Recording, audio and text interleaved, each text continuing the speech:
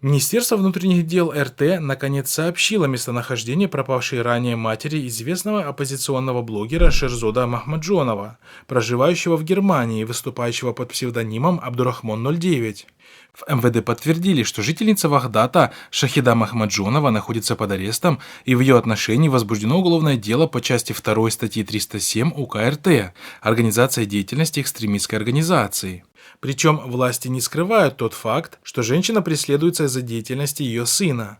Напомним, что сын задержанной Махмаджонов Шерзод Тулфорович не является блогером или оппозиционером, а находится в розыске за совершение преступлений экстремистско-террористического характера, говорится в официальном сообщении ведомства.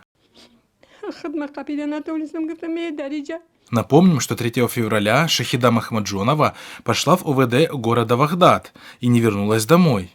Все это время ее местонахождение оставалось неизвестным, а власти отказывались комментировать происходящее. Примечательно, что преследование родных оппозиционеров является абсолютно новым явлением для Таджикистана и, вероятно, является повторением опыта, внедренного недавно главой Чечни Рамзаном Кадыровым в отношении критикующих его блогеров. Всех забрали по отцовской линии, по материнской линии. Отправили несколько мне фотографий голых моих родственников, женщин. С декабря прошлого года в Чечне начали пропадать и родственники сразу нескольких оппозиционных блогеров – Тумсу Абдурахманова, Мансура Садулаева и Хасана Халитова. Какое отношение имеет моя жена к тому, что делаю я, к тому, что я говорю в отношении тебя? И тем более родственники. А в январе этого года чеченские силовики похитили мать правозащитника Абубакара Янгулбаева, возбудив в отношении нее уголовное дело.